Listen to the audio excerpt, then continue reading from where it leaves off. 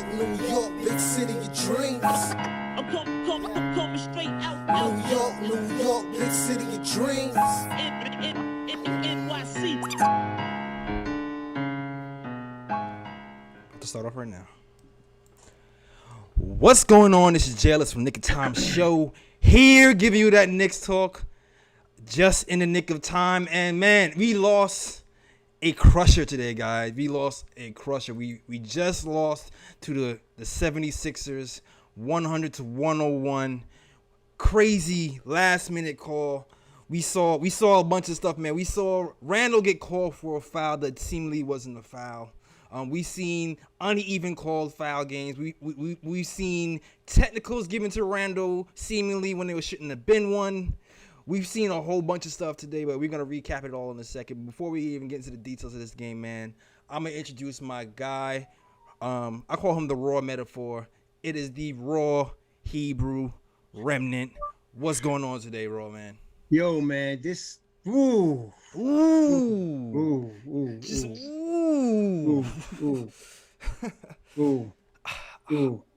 That's got to be investigated, man. They must have had money on that game. Yes, they must have money on the game. But before we even get into the game, let me lighten the spirits and shout out to my people. Cause I see my guy Young Simba in the chat. Yo, shout out to Young Simba in the chat. Shout out to my cousin Winston Ellis in the chat. I see Ayo Power saying free Jared Harper.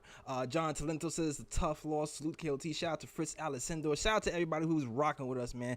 Today just hurt. The Knicks fought. We fought back. We started slow. But we fought back. We had the two top 5 defenses in the league. We have Ben Simmons, who has never lost to the Knicks. The last time we beat the 76ers, Raw, was when Maurice Endor hit a last-minute shot, man. What? What was that, Summer League? Yeah, like 13, 14 games ago. If y'all remember the Maurice Endor shot. When we were trying to get into the lottery and he hit that shot to get the win. Yeah, that was the last time. And that win hurt us, didn't it? Yeah, the win hurt us. The win hurt our lottery chances. And Yeah. And it was some promises, some repercussions at that game. But we're all I know you was going off. Raw was going off as I was setting up in the background for this post game. So I don't know what Raw has left. Man, look, I'm not gonna be able to sleep tonight. I mean, this was like, all right. I was saying, okay, this was no matter what, there's all kind of things we could say, during the course of the game. Mm-hmm. But one thing is the game came down to one possession. It came down to one possession, and in a one possession game with 10 seconds left, you do not make a call like that. You just do not do that. Yeah. You just don't do that. Now, they got Shake Milton going to the basket. Now, if Shake Milton got fouled, okay. But he made his best shot. He missed. That's game. That's it. But what you don't want is the refs deciding a game like that. That's terrible, man. And then on top of that, Thibodeau calls timeout, and I don't know in what universe are they thinking he's not challenging this call. I don't understand that. I mean apparently the timeout call didn't go through on time, and that's why we didn't get the call. And to be honest, Raw, I don't know if that call is getting overturned because technically it was a foul. But I still agree with you though. Like, it wasn't an egregious foul. That's not an NBA foul that you call to decide the game. No, exactly. I mean, unless somebody's pulling somebody to the ground, right? But they fighting underneath the basket with 10 seconds left in a tightly contested game in overtime. You do not make a call. You don't make that call. You do not make that call, man. And not only that. The refs had already set the tone. They were letting them play all game. It was a physical game. This is a 1990s style game. At the end of the first 4 quarters, it was 88 all. That's a 1990s game, So you're letting them play, and you're going to make a touch call like that off the way from the ball. Yeah. Oh, come on, man. And then you're not even going to, okay, even if you give it to them and say, okay, they wouldn't overturn the call. But you don't say you never tried to challenge it. That's, I mean, no, Thibodeau called timeout to challenge the call. It was a BS call. Oh. It was a BS call from the jump. And then if you're going to call that touch foul, then you daggone sure better call Randall on that last drive to the basket. You better call that. That's really what I'm angry about in general when I'm looking at games like this, at games like the Nets game and these other close games. It just seems like when it comes to the refs and the Knicks, the calls aren't being called equally. It seems like there's being favoritism one team or the other. And for me, like even the Nets game, the Julius Randle travel versus the James Harden travel. That was a crazy, James Harden took 4 steps. They called nothing. Randall, they touched the ball. They say it wasn't dislodged, but he drops the ball and then picks it back up, and they call that a travel. Like, if you're going to call it one way, you have to call it both ways. And be consistent. Yeah, exactly. And the consistency of the calling has been the thing for me. That's the bruh pick of the week for me, if you want to say it. And and I'm just completely done with it. I'm completely done with it. And you know what? There was things that we did to ourselves in this game that I can say is why we lost to.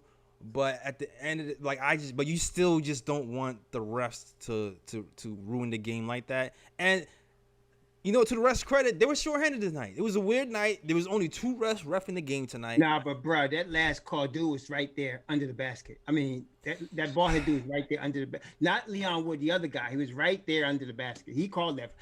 Look, we could nitpick 1,000 things about. We could talk about everything from somebody fouling somebody, from somebody missing easy shots, from somebody making bad passes. This was a tightly contested game. You just don't These do it. are the type of game it comes down to one possession.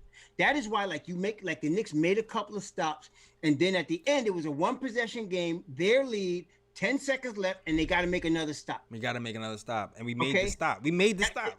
All the other stuff goes out the window. At that point, it's a one possession game. Whoever scores or doesn't score wins or loses. So that's the type of situation. Like I said, if somebody blatantly fouls Shake Milton on that play, right, you call the foul. The foul. But he got locked up. He threw up the ball. It did not go in. You cannot call a foul away from the basketball on that play. That's just you don't do that. No, you just don't. We could because the referee decided the game. It's not the first one either, Roy. It's not the first time. It's not the first time. They've been doing it to us after the All-Star break. I mean, I really thought we was gonna be on a game. To be honest, I felt really good about tonight's game, even before the game started. Me too. I just feel, I felt really good about it. 20-second win tonight. I feel really exactly. And even the game. Listen, and you know what? Let's recap this game for real. We're gonna stop the complaining session. We're gonna complain throughout this thing. We had to vent though, baby. But we had to vent. That had to come off the chest. That had to happen. That had to happen because that was the elephant in the room. So that had to go off the chest. But we're gonna actually break down the game and talk about exactly what happened, man. Because I know we all hurt. But so here's how the game broke down, right? These two teams, it felt like a playoff match because we played this team so many times already, and we just played this team. So our play styles are freshly in each other's mind. So you saw the things that both teams were getting off in that first game was not happening the second game. That's right. Tobias Harris was driving right all game long the last game.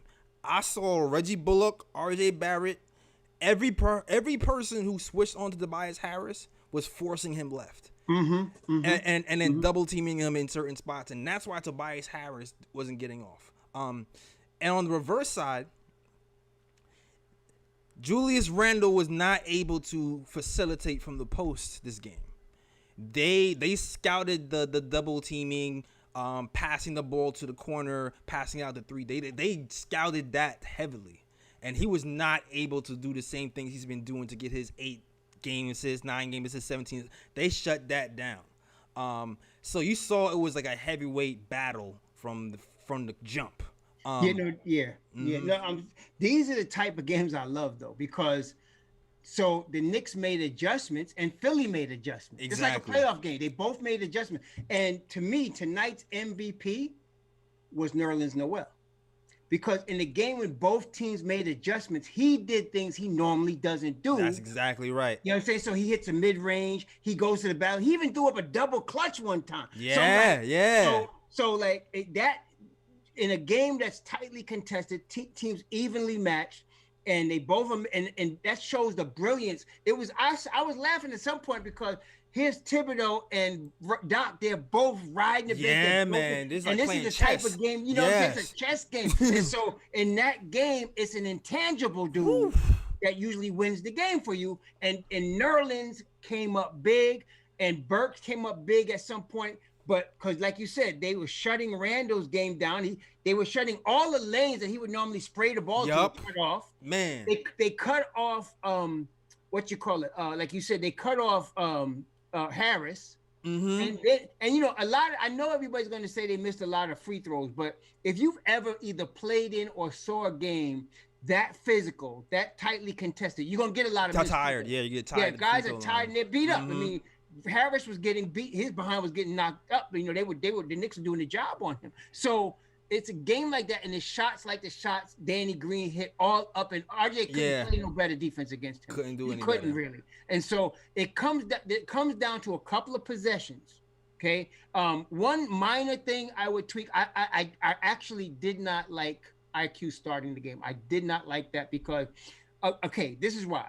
A team like Philly, a high-level team, is going to exploit him, and that's what they did. They got an early lead by exploiting IQ in the defensive end. His rookiness comes out. When he's playing against second units, he dominates.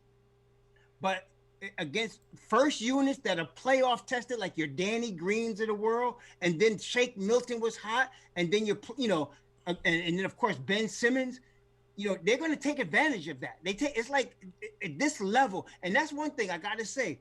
The Knicks are now playing on a level with these elite teams where they play twice in a week, and you see it's tightly contested. So I like the way we showed out, but there's a couple minor things. You know, I would have started, if you didn't want to start Frank, I would have started Burks at the point. You don't want to start a rookie against this team right here in this situation, unless you're just trying to get him that experience. But that's how they got off to the lead. I think they just ran through IQ in the beginning, and IQ was putting up his shot. And they, you know, in this type of game where you're going to play that and Miami, two best defenses we faced all year. Yeah, no, you're right about that. But it's funny because I wonder, you're right. You're definitely right, and I'm gonna read some of these scores off to you guys, like, because I think IQ had 10 points tonight, right? IQ had 10 points tonight. Yeah, we had 5 players in double figures. Yeah. He had 10. He had 5 players in double figures. I wonder, like, he was scouted as well. We saw Green, Danny Green. Danny Green was purposely letting people go by him, by the way, all night. Yep. All night. Just so he can get the block or the steal from behind. And he was doing it consistently. All night long. He wasn't scoring, but had an impact on the game that was so crazy. That's right, on the defensive end, especially against IQ. He kept bumping that ball. Exactly. So for IQ specifically, I felt like for IQ to be effective, and tonight he had 10 points, Barrett had 19, Randall had 24. For him to be effective, he had to start hitting that three. And so for me, he wasn't really effective until he got back into the game a little bit later. When the floater wasn't working, he was able to hit the three and actually spread the floor for Julius Randle and everybody else. You know, I gotta agree with my Kanal Bonlaya, because if we had Alonzo Ball tonight, we'd have won the game, because that's what we're missing. We're missing a point guard. Yeah, but at the same time, you still didn't have Derrick Rose here too. Like we didn't have Derrick Rose. Yeah, that's a big loss too. That's true. I got right about that. You're right about that. That's a big loss. But I'm just saying, you can see in a game this tightly contested. Absolutely. You know, where you're going to need a point guard right here. Burks is a very good spot point guard. Like, you know, you put him in there like that. Burks is a wing that you want coming off the bench. That's why him and IQ and Frank, I like that crew coming off the bench. But we needed a D Rose or an IQ. I'm not gonna say we need somebody else, but I'm just gonna say we need a D Rose. Right. Or IQ, because one of them cats would have been able to handle that. I mean, D Rose or Alonzo would have been able to handle that, and that would have been a difference in the game. Because these type of games, like we said, they're chess matches, man. When you play against good teams like that, especially in the East, and the ref, that's the thing that kills me. The refs were letting them play, which I love. The refs were letting them play tonight. Yeah. They were playing really physical, and that's the kind of game I like, man. Yeah, So, I feel you, man. I feel you. But I still just want to preface this by saying, you know, we still don't have a lot of point guards yet, and Alec Burks did his thing because, you know, Tom Thibodeau, he made some decisions where you're like, is this the right decision? I think a big decision was, we saw Frank play some big point guard minutes today. Yeah, and he was aggressive. Like I saw both Franks. Yes, today. you're right. Because there's 2 times he was driving me crazy, man. Where Yes. nobody was around him, and he's looking to do a pick and roll and give it to Mitchell Robinson from the jump shot as if he was Julius Randle. Exactly. Yo, you read my mind, bro. I'm like, why are you giving? What are you doing? Yes, like he's playing like a backup. Like seriously, he played. There was a 10-minute span where Frank made every correct decision. Yep. That you're supposed to make. Missed the shot or made the shot. He made every correct decision. Especially there was a sequence where, you know, he had the ball, he went left, they reset the pick, he went right, went to the hole, didn't pick, even get the ball, just decided this was my time to take the shot. Yes. And when he did that, I clapped my hands. I was like, this is what we need from you. But that was after he turned the ball over a couple times doing that stupid pick and roll thing. Exactly. So we need more consistent from Frank. If we can get more of that, he can get more. If he did that more often, when the game was on the line in the fourth quarter, he would have been in the game instead of Alec Burks. I believe that. No, and you know what? Again, for all the Knicks, especially the younger players like your IQs, your Franks, this is a good learning experience. You're playing a playoff tested team in a playoff atmosphere. This is a good, you know, I'm sure they're going to look at film, and I'm sure they're going to learn from this. So this is good. This is good for that. In that scenario, it's good. We shouldn't have lost the game, but if we had to do that, it's a learning experience. Right. And I'm still gonna give the kudos to Alec Burks as well, because Alec Burks, I agree. He definitely showed out. This is probably, I know we lost, but to me, this is the Alec Burks I thought we were getting at the beginning of the season. Because at the beginning of the season, I was saying this might be our most important signing. He's only costing $5 million, and he's looking close to a second option for me, right? And you can see what having another guy here who can carry an offense can do for the team as a whole. Because just the fact that Alec Burks was able to give you, what did he give you today? He gave 20. He gave us 20 points. Hold on. Yeah, he gave us 20 points. 6 rebounds, 4 assists, and 3 steals. That's right. There was one drop-off pass where he should have dropped it off to Randall on the fast break. I was screaming my head off. I'm like, this is you're not a point guard. You're not really a point guard. But what about that fast break at the end of the fourth when all that was between him and the basket was Harris, and he tries to just, I don't know what he was doing. But that's you know what I'm what talking about. I was a little concerned anyway, because one thing, I mean, Alec Bird is not a finisher. He's not a finisher. He's not. He's just not a finisher. He just draws fouls. On that play, he should. If it was RJ, he would have dunked the ball. He should have dumped the ball off. We should have dumped the ball off to Julius Randle to the trailer. But that's a whole nother, to the trailer and Julius Randle for an easy do. Yep. But that's another story. My whole point is, imagine having another option here. Because did you see what happened when you have another consistent scoring option? What happened was Julius Randle, for the first time in like, I don't know how long, did not look gassed in the fourth quarter. He played 46 minutes. He played 46 minutes, but it's a different type of 46 minutes. No, you're right. He wasn't gassed. It's a different type of 46 minutes, because the 46 minutes he's been playing is when every single play and possession is going through him. And then what happens is at the end of the fourth quarter, those 3-point shots look short. They're gassed. They're off. Yes. He's doing stupid turnovers. Because the playmaking was going through Alec Burks and RJ Barrett towards the end of the game, he was running full speed, hitting clutch 3-pointers, bring us into overtime. hustling on defense. His energy level was just, on another level because he was able to take plays off. Yes, right. No, you're right, and it wasn't like tomorrow. He could probably play tomorrow if he needed to, because it wasn't like I guess all 46-minute games are not alike, because he wasn't gas. His shots were long, in fact, a couple of times. Exactly. It wasn't short, so. But hey, speaking of RJ, this matchup between RJ and Ben Simmons, you're going to be seeing for 10 years, man. Let's talk about I know Illa's in the building. I know Illa's in the building. Let's talk about RJ and what he did, man. Listen, RJ is taking a step. He's growing right in front of our eyes. I love what he's doing. The third quarter was so essential. He just seems like he took over in the third quarter. I think he scored 8 points in the third quarter. And the thing too, baby. Yeah. The thing that impressed me about RJ is we all know he's going left. Yep. And there's nothing he could do about it. Like, he went left, got hacked. Yep. And kept it moving. Got and ones, got double teamed.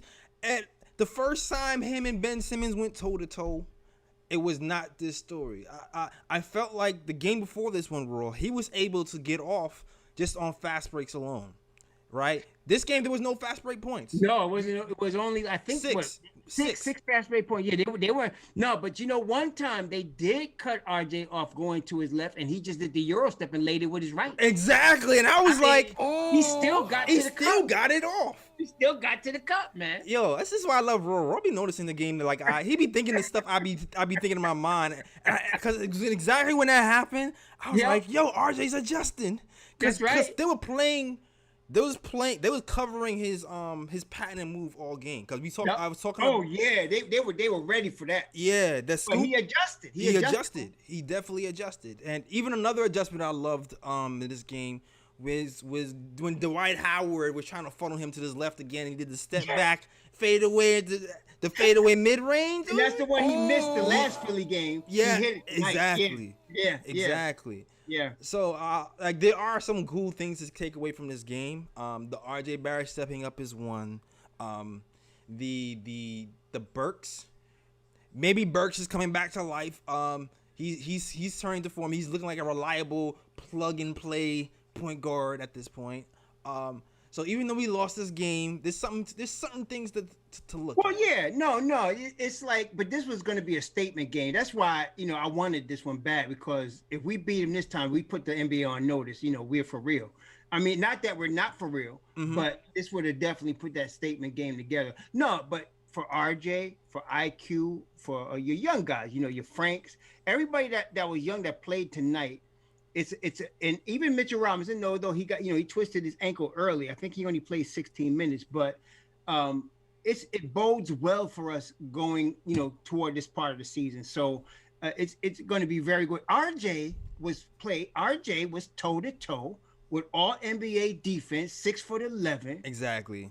Ben Simmons, and he bully balled him. Balled him, man. Balled him, And then at the end of the game, I knew they were going to have to go through Harris, Milton, or Shake Milton, or Danny Green, because Danny Green was killing us. So, but I knew that they wasn't going to let Simmons do what he wanted, because he wanted to bully ball and get into the paint. They were not letting him. So it was really good defense. And so I'm very excited when we get our guys back, when we get especially Rose, and we got to get Mitchell at full strength, because Mitchell was off. He was a little off tilt tonight. He missed a lot of that he would have normally hit. He lost the ball a couple times that he would have normally kept it, but he's gonna come back. He's gonna get his rhythm back, and when he does, we're gonna be all right. Yeah, man. Shout out to Mitch, man. And it's crazy that he came back in the game. He twisted his ankle after 17 minutes of play. He had a nice little tip dunk, and he showed some nice things. But like you said, the timing is still a little bit off of this. He missed a lot of easy bunnies. Stuff he would normally hit. Remember, now he's a high percentage shooter from around the basket, so he would have normally hit a lot of those things, but he just missed tonight. But it's all good. He's rusty. I mean, he hasn't played, in 7 weeks? Right? Yeah, he hasn't played in 7 weeks. He's going to be all right. He'll be fine, man. So when we get him and Rose back out, because I like Burks as playing less point guard. I mean, he could play when he needs to, Mm-hmm. but if you like Rose out there and he can spell Rose, you got Frank out there. I like him in a fourth quarter situation like this as a closer. Cool. But I'm not worried about our team. We're in good shape, man. No. This is going to really help us going forward. This was just a game where if we could have won it, it would have made a statement. That's all I was trying to get. Yeah, no, you're absolutely right. And you know what? I'm a pause it right there. Salute to the chat, yo. Salute to Illa, man, who's rocking with us, man. Yo, shout out to Illa, man. Illa, Number one RJ fan, and my man. I didn't mean to disrespect you. You're the number one RJ fan and Iggy fan in the nation. Right? Yeah, in the nation. He's both RJ and Iggy. He's RJ Hive and Iggy Hive. He's RJ and Iggy Hive heavy. Exactly. He's Canada Dry. He got that Canada Dry going. Okay. Mm-hmm. Okay. Exactly. Shout out to you. Shout out to Young Simba. As always, Fritz Alessandor, my guy Winston Ellis. And let me get to the super chats as well. Let me read some of these super chats. Let's see. We got 2 super chats today, and shout out to everybody who's giving up the super chats, because the super chats will help the channel. I'm telling you right now, Raw, you're getting a new camera for your super chat. All right, that's new camera. It's gonna be nice and bright and everything. Him and Ryan. All right. So thanks for the super chats. The super chats will be used to grow the channel and to help pay the writers and to lift everybody up and give you better content and more frequent content and just add some more bells and whistles to the stuff. That's right. That's right. All right, so shout out to I always mess up your boy's name. Kanal Ban Lawyer. Shout out to Kanal Ban Lawyer who sends a $5 super chat, says RJ has to know when to deny. Yep. Okay, well, he's still 20. He played good though. Yeah, he played good, man.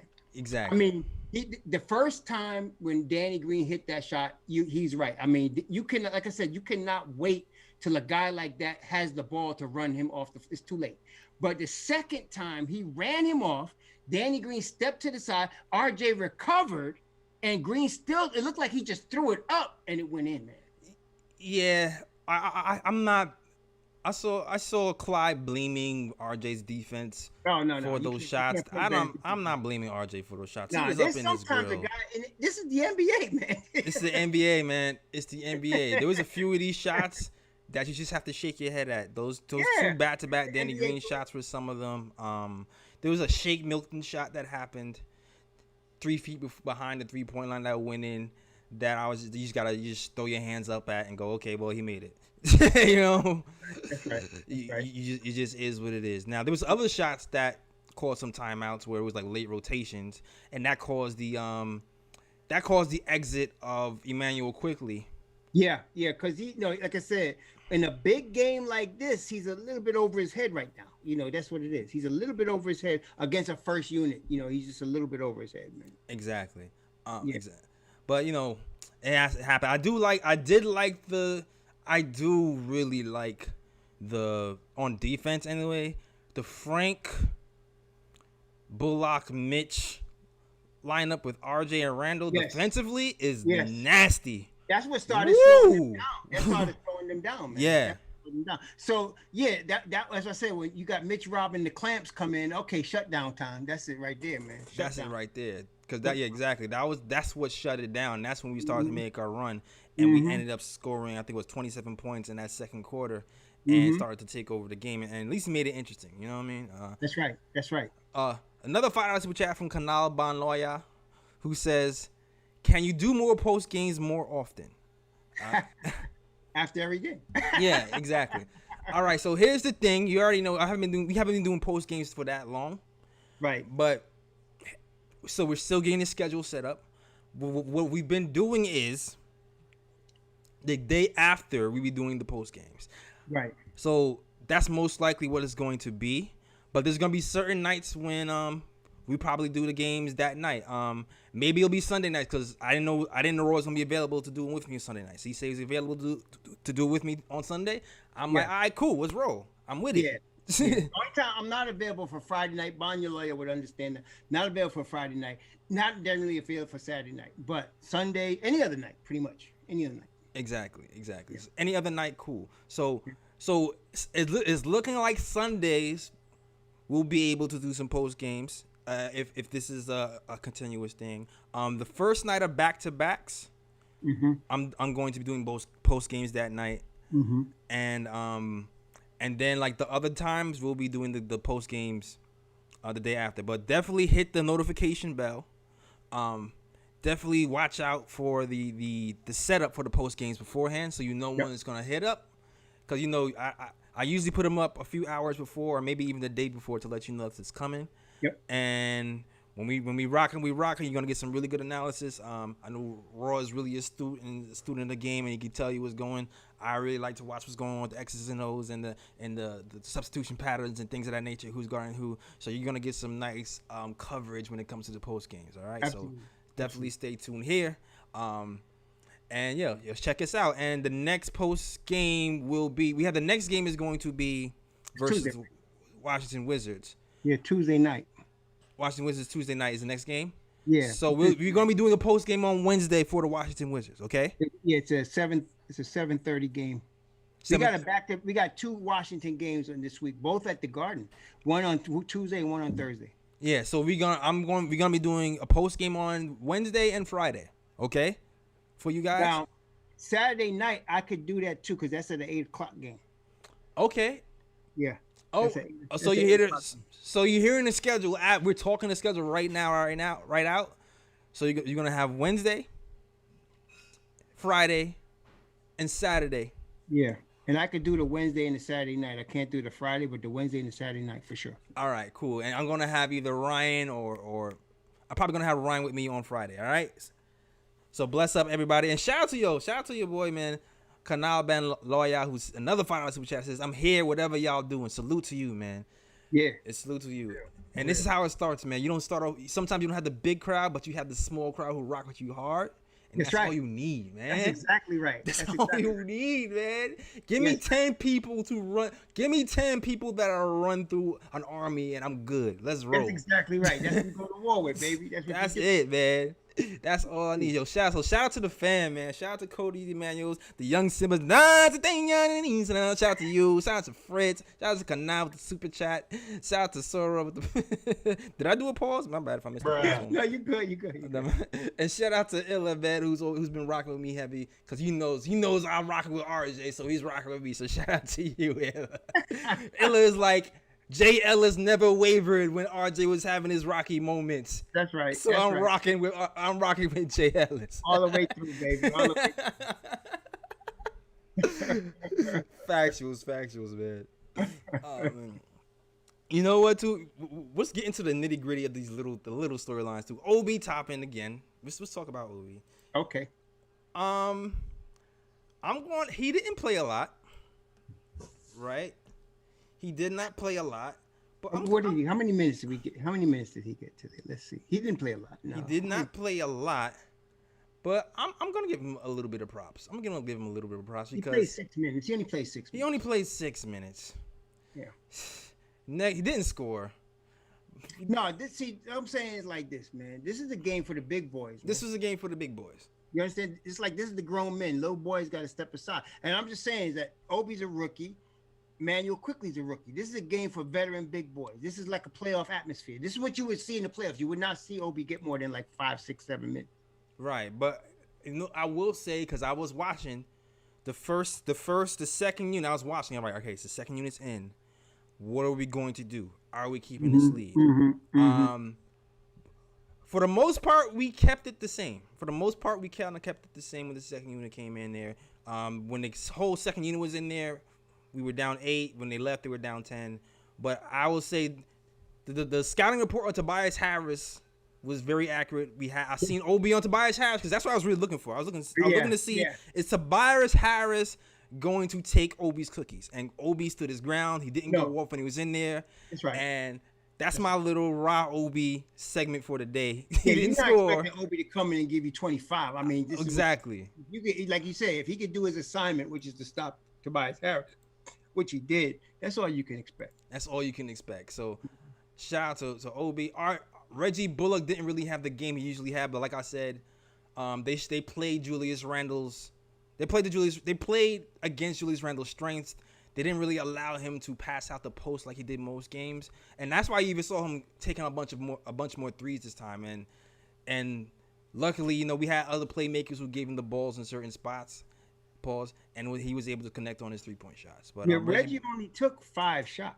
Reggie was focused on the defense today, and they locked. But look, man, we're playing. They are really, really good on defense. That's a very high level defense we played against today. So you can't expect these guys to do. Like I said, in this type of game, you're looking for a guy that they don't expect to go off, and then you're looking for somebody to step up. You know, that would normally step up. So tonight we got RJ had 19. Julius, they kind of held in check, but he still had 24. And then Nerlens had 13. Nerlens doesn't score like that. Nerlens had 13. He had double. So, you know, this is what you expect in a game like this. There's so much chess moves being made. And then, of course, Alec Burke stepped up. So this is how a game like and Danny Green was locked up all game. And all of a sudden, you know, at the end of the fourth quarter, he started playing. So that's the type of thing that wins games like this. Exactly. But that's pretty much all. That's pretty much all I have to say about this game. Pretty much, not much from Frank today. We saw a little bit. We saw a little bit of Frank. We saw a little bit of Prince, like a little shake. But I'm not gonna go full Fresh Prince mode today because you know he had some moments where I feel like he lost his confidence. And I feel like he could have made some smarter passes, and that's why he sat for a whole quarter. But defensively, he did his thing for 17 minutes. Right. Quickly had a moment where he got us back in the game with his shooting, with his 3-point shooting. So he had his moments as well, but defensively, he was too much of a liability, and I feel like he was 4 of 12, man. He was 4 of 12 today. And you know, so it was like you said, but his shots were big shots. Every shot in a game like this is a big shot. So Exactly. So that's pretty much all I have to say about the game. Really, these next 2 games are must wins. We have to win these games. I expect to win these games. We have to. I am not accepting anything less. No, we're going to Milwaukee Saturday night. We got to win these 2 games. We have to win these 2 games. I won the 3-game winning streak, but we have to win these 2 games. And not only that, after we come back from Milwaukee, we got Miami. Exactly. This is no joke, man. So, and they're at home. So we gotta win these next 2 games against Milwaukee. We gotta come to play. And I expect the dogfight there because we can win, man. We can win Miami. We can beat Miami, man. All these games we losing by 1 or 2 points. I feel like we can win. Well, I feel like we're a better team now than the last time we played Miami. Absolutely. Yeah. So we're better. And hopefully D Rose will be back for that game. And that'll make a huge difference. It just depends on how quickly will he adjust to not being able to play for a month. Would be the question. Well, hopefully he comes back to one of these Wizards game and gets the rust out. You know, that would be ideal. Because it seemed like he might come back today, but he didn't quite come back. I mean, he was there, man. You know, he was all into it. He was all in the huddle and all that. So I wouldn't be surprised if he was at the next game. Yo, hold up. First of all, wait a minute. Oh, shout out to Ryan G in the chat giving us some love. You're supposed to be on the panel, sir. Yo, you playing hooky, man. What you playing hooky for? You're supposed to be on the panel, sir. I told Raw, I don't think Ryan likes you, man. Because every time you come on Raw, Ryan's not coming. I'm trying to get my feelings, man.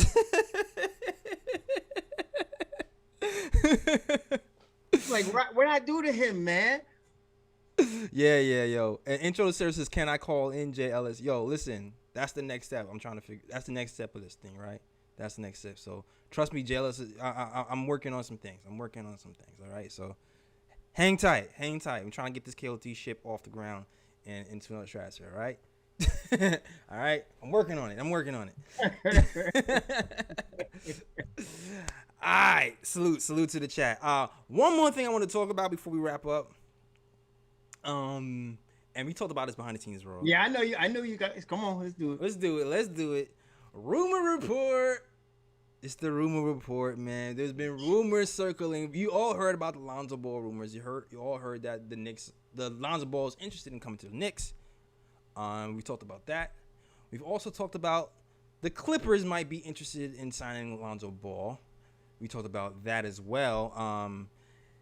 There's some speculation that maybe they're trying to drive up the price. Also, the Clippers don't really have any pieces to move him. Like they have a bunch of second rounders, and they don't have a 2020. They don't have a first round pick until 2017. Not 2017, 2027. I'm sorry.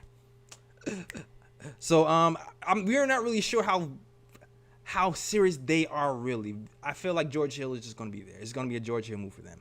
But the recent news that's come out has been about the Atlanta Hawks Um, the Bleacher Report has reported, and I say the Bleacher Report for a reason because we don't necessarily take the Bleacher Report that seriously, but they reported that the Atlanta Hawks won LaMelo Ball,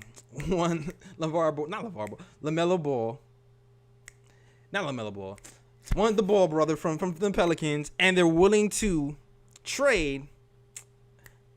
Yo, Raw, my mind is gonna blink right now. Cam Reddish. They're willing to trade Cam Reddish for Ball. Now, Raw, tell me what you think about that trade, or even if you think bullcrap. Bruh. First of all, look. Lonzo Ball. There you go. Lonzo Ball wants to play in New York. Okay? It's well known. He wants to play in New York. His father wants him to play in New York. So that's the first thing. So any team that trades for Lonzo Ball is getting a rental. Okay? Because he's going to be a restricted free agent at the end of this season. Everybody knows New Orleans does not want to go above $18 million for him because they're going to have to max out Zion. Yeah. They already maxed out Ingram. Right. And really, when you want to make a serious playoff run, they're going to want a third max guy. So they need to keep their space, right? So right now they got 16.9 million in space. Okay? And that disappears because of Lonzo Ball's cap hold. So they got to get rid of him. They have to. Okay? And only that, they want Kyra Lewis to run the team. Yeah, they do. So, and I'm not saying that Kyra and Lonzo can't play together. What I'm saying is they can't afford both of them. Exactly. So that being the case, so now you think about that. Now your options are, if you're Atlanta, you're going to give away a number 1 draft pick for a rental? I mean, seriously?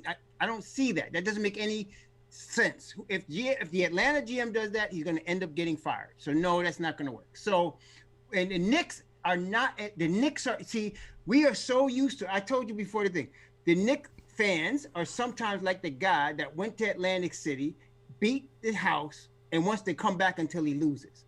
You know what I'm saying? So we're already ahead of the game. We don't need to do anything. We don't need to do anything because we don't need to give up any assets because he's going to be free agent at the end of the season.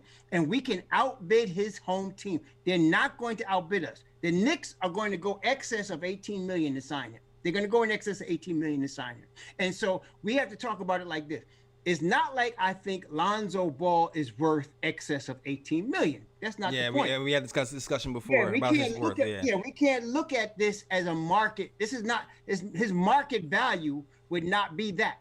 But to the New York Knicks, like tonight, if Lonzo Ball played 36 minutes tonight, we would have won this game. Okay? So that's what his worth is to the Knicks. He's worth a first round win. He's worth a first round, getting past the first round. And so with that in mind, if he's going to do that for us, we will wait for him into the summer, and then we were going to sign him. I'm saying they're going to probably sign him somewhere 22 to 25 million a year. I would try to get. I think 24 is his cap, though. I would try to get. I would try to get him for 3 years, 72. But I know he's going to push for 4 years, 96, and he probably is going to get it. So I'm saying he's probably going to get it. But see, from our perspective, we have 69 million in cap space. 69. So if you pay him the 24, we still have 45 million in cap space. But you know what it is? We don't have to pay Julius Randle to the end of next season. I think that's what it is, yo. I think that's what it is. I'm like, okay, we're gonna have to pay Julius Randle at some point, and I think people are also at least me, I'm thinking, all right, we gotta play Julius Randle at one point, and that could be 30, that could be 20 to 30. Right? Julius is gonna get a max. He's gonna be one. Right. He could be in a 30. And then if we're talking about, because everybody's talking about trading for a star, trading for another star. So if we're trading for another star, then we're gonna have Julius Randle being 30, Ball being 20 something, and then another star like player being 20 to 30. Like, so to me, the cap is already starting to look thin with 3 players. It won't quite work that way. No, because remember now, we got Julius until the end of next year's summer, 2022.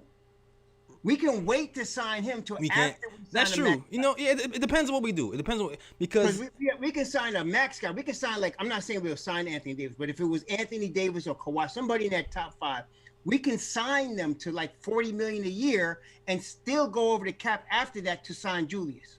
We don't have to sign Julius before we sign. We can wait. So we got Julius locked into $19 million for next year. We don't have to do anything with him. So now we just wait. We sign Lonzo, and we still have $45 million. So a guy, we'll be looking at guys that are probably be in that $30 million range. So you're saying is, because I know if okay, you know what? So you're saying is, if I'm the Knicks though, I would try to lock in Julius a little bit earlier. That's how I'm thinking in my mind if I'm the Knicks, because if you wait long, okay, you get them cheaper, right? No, you're not going to get him cheap. And I'm saying, I mean, I would push for it. That's what I'm saying, because I think you don't want to see. That's what I'm saying. I would push for it. You don't want to piss Julius Randle off. You're not going to get him cheap, but you want him to understand. That is why the contract they signed him to is brilliant, because we don't have to do anything. No, this is what I'm saying, bro. This is what I'm saying. I don't remember the exact date, but I do remember reading somewhere that's saying if we offer him a max before a certain date, then we can pay him $24 million, and that's technically a max. That's technically a max. No, but he just made. But you can offer it to him. This is what I'm saying. You can offer it to him. He just made an All-Star team, and there's a very good chance he's All NBA. He's gonna get paid more than that. So if you were Julius, think about it if it was you, Jay. So now you're getting. If I was Julius, I would wait. Yeah, of course you're gonna wait. So if I was Julius, I would wait. Not only would you wait because you're gonna get more money, right? But you wait because your team can now sign another superstar. Right. So just wait. You're just gonna wait. So now you're waiting. You're going to bring in Alonzo. So you got your point guard. You got RJ developing into a superstar. You got all of these pieces now that you're building around. You can do the same thing. You can get another Alec Burks, another Reggie Bullock on 1-year deals. You don't got to sign nobody, no long-term deals. They're going to want to be a part of this. So you just keep them cats on 1-year deals. And now next summer, not this one, the following summer, you go all in. Because now if we make we make the playoffs this year. And then we're pushing farther next year. We get Alonzo Ball. You know, I mean, you're talking about guys. There's a whole now new crop of young guys that's going to be coming up, that's going to be available, that's going to look at New York and say, you know what, I could get 30 million, go there and be ready to try to make this finals run. So right, exactly. You're right. So we got the cards. Don't need for us to overplay our hand right now. We got the cards. All we definitely want to do is wait. Try to sign Lonzo, and I think there's mutual interest. I think Lonzo wants to come to New York, and New York wants him. So we're gonna make a deal. He's gonna get whatever. If it's 24, he's gonna get 24. He's gonna get 24 million for 4 years. That's gonna happen. Woo. But see, you know, it doesn't surprise me. I'd rather overpay for Lonzo than any of the guys we passed on this past year. I get it. I get you. And you know what too? That's the thing when the talent pool is shallow. In the off season, you'll have guys that get overpaid. Yeah, it happens every year. That's how Joakim Noah got the bag one year. Exactly right. That's how Luol Deng got the bag one year. So that's the thing with Lonzo Ball. You look at this crap of point guards that's gonna be free, and you're like, man, Lonzo Ball might be the best option in this free agent spot. Just kind of how like my boy from the Raptors was the guy this summer. Right. Like he's not really worth that much, really. Right. So you're gonna have, but see, I'm saying we gonna be 69 million. We signed Ball. We still got 45, and so we go into 2022 with 45 million in cap space. Now we fish for a big fish. At that point, that's where we're going for the big fish. And we see some guy that's 30 million. We take that. Then we sign these ancillary players with that less 15 million, and then we sign Julius. Now we got our team. What about Mitch? Well, you can go over to cap to sign Mitch. Now, that's going to be interesting. Exactly. Are we going to sign Mitch this summer? He's the lowest paid starter in the NBA. We have one more year with Mitch until we have to re-sign him. Yeah, so we could wait to sign him, but I don't think they want to wait to sign. He's only getting $2 million. He's going to want more money. He's going to want more money. I would offer him a 4-year 60. I would offer him 4 years 60. 4 years 60, 20. I would give him 4 years 60. I mean, yeah, he hasn't made an All NBA defensive team yet. He's not an All-Star. He's got potential. I give him 4 years, 60. I'm not giving him the Capella contract. Capella, see, that's if I'm his agent, he's pushing for the Capella deal, 96 million. That's not going to happen. Right. So 4 years, 60 is around what? About 15 to 16. Yeah. So now 15? that brings us to 30 million. We still got enough to sign a max guy. Okay. Numbers guy Raw gives you the numbers on the spot, all right? I'm even give him 13 million for 3 years, 39 million, whatever. I'm going to lowball Mitch a little bit because I want to save the money for the big fish in 2020. That's what I guess that's what I'm thinking about. I'm thinking about the big fish, about the, and even just trading for Ron. I hope you don't have to trade for him because I feel like this is what happens when you're an agent and you're trying to get things moving and get your player to places you want to go. You said it already. You were spot on. You said they're trying to drive up the price. You're trying to drive up the price. You're trying to drive up the price. The Knicks, but you know what? Leon Rose is the agent, man. He knows what's going on. He knows the deal. He's like, that's my game. That's my guy. Sit back there just smiling. He's not doing anything. Yeah, man. Because he knows already Lonzo wants to come. He already knows the number he's going to get. He's just waiting. All right. Hey, yep. Look, there's nothing else to say, man. I'm just salute to the chat after that, man. Good show, Raw. Salute to the chat, man. If you rock, you could be anywhere in the world, but you're here with us. You're watching the KOT show, breaking down this Knicks 76ers game after a tough loss. The refs robbed us again. Heartbreaker, man. I was screaming in my living room. So I almost broke my table. Apologizing to my neighbors, my roommate. Sorry. I'm just sorry. I was running down the hall. I was sorry to everybody. I hope there's a post game next week. I might be kicked out, but anyway. Might be homeless. I might be homeless next week because of the way I was screaming. And plus, my boy was here with me too. My boy was here with me because we working on some stuff. We working on some KOT stuff for later. So shout out to the secrets, the stuff we working on the side. But yeah, he. So I was extra hyped. So yeah, it was a mess over there. All good, man. It was a mess over there. Anybody in New York got to understand that, man. Shoot. Salute to the chat, man. Yo, so shout out to everybody in the chat once again. Shout out to Winston Ellis, Fritz Alessandor, Young Simba, Abel Germanson, who says RJ misses a lot of clutch shots. Does RJ make a lot too? He's made a lot too. Yeah, he makes a lot. He's made a lot. So it's got you got to take the one with the other. Yeah, and anytime you criticize RJ, you also have to follow that up with he is the youngest player on the team. Yeah, exactly. On the team. You realize that RJ, Frank, and Mitchell Robinson are all younger than Obi Toppin. All of them. RJ's 20. He can't even drink. Exactly. He can't drink yet. No knocks in there too. They're all younger than Obi Toppin. Yeah, exactly. Second option. So, RJ's all. Yo, shout out to Ryan G. Who says, "All right, guys, I'm out. BBB hot sauce being sold at MSG next season. Bank it. Ooh."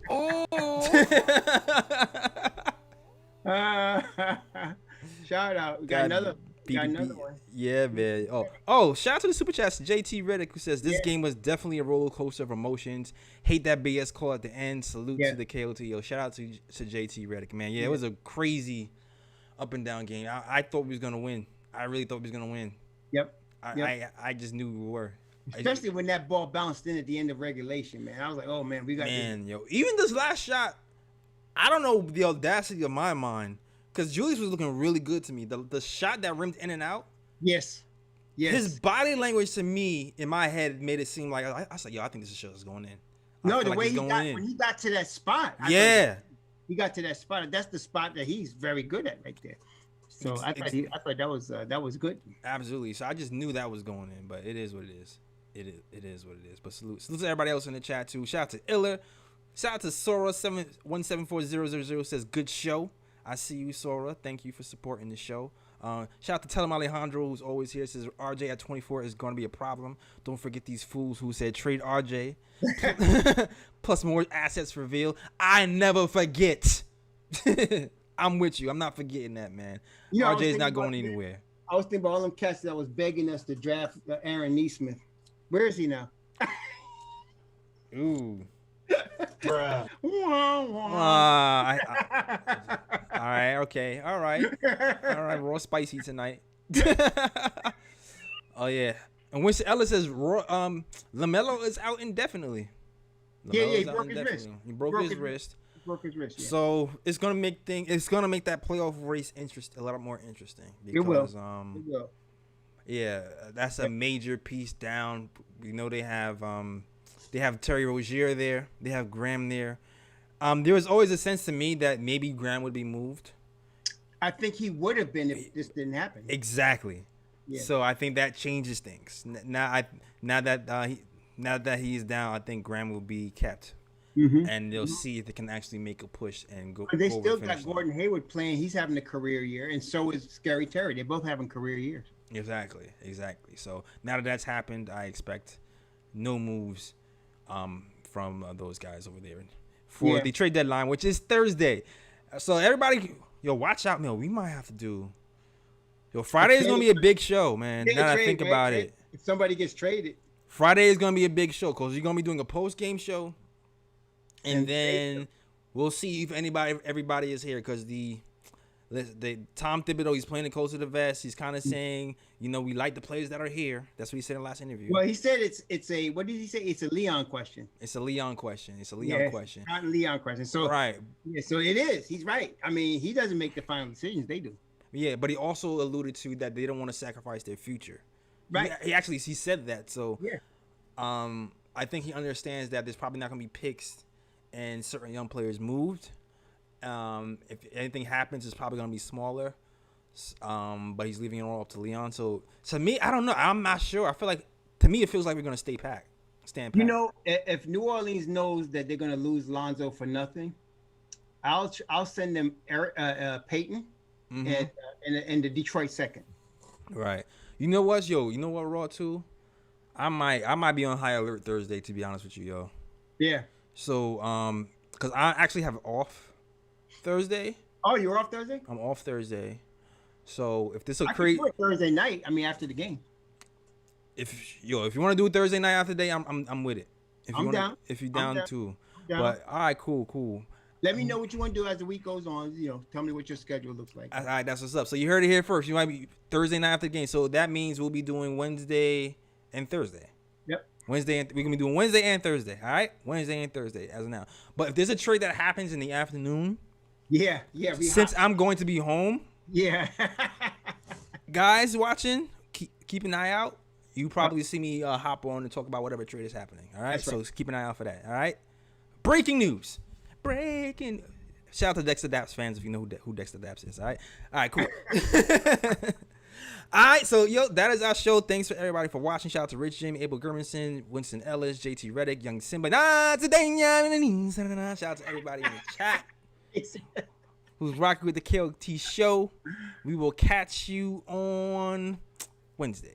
All right. Salute. So Raw, tell them where they find you, sir. Raw Hebrew Remnant on YouTube and Raw Hebrew Remnant on Twitter. All right, cool. And you can find me Instagram, JLS Draws Things. I draw things. Logos I actually draw logos. I did the streaming stuff. I do designs. I do graphics. I do motion graphics. I do all that stuff, man. That's what I do. So shout out. Also, if you want to get the merch, the KLT merch, JLS Designs. Hey, go to thenickoftimeshow.com to get your merch. It's a little button that says catalog. It's just all the merch is there. You get the hats, you get phones, you get phone cases, t-shirts, all that stuff, man. Nice. So definitely check that out at thenickoftimeshow.com/catalog. And follow us on all social media. That is DKLT Show on Twitter, The Nick of Time Show on Instagram and Facebook. And also follow us on SoundCloud, iTunes, Google Play. We have our stuff on the audio sites as well. All right. That is our show. Shout out to Johnny More Cash, faithful watcher. We are out of here. He says, could you have a show Thursday from 2 to 3 no matter what? Oh, I don't know. We may not know anything till Thursday night anyway. Yeah. Cody, I'll see. If there's gonna be a show on Thursday, I'll just look out. Just look out for a show setting from the alerts. Just look out for me, all right? I'm gonna let you know. Cool. All right. So that is our show. We out of here. Peace.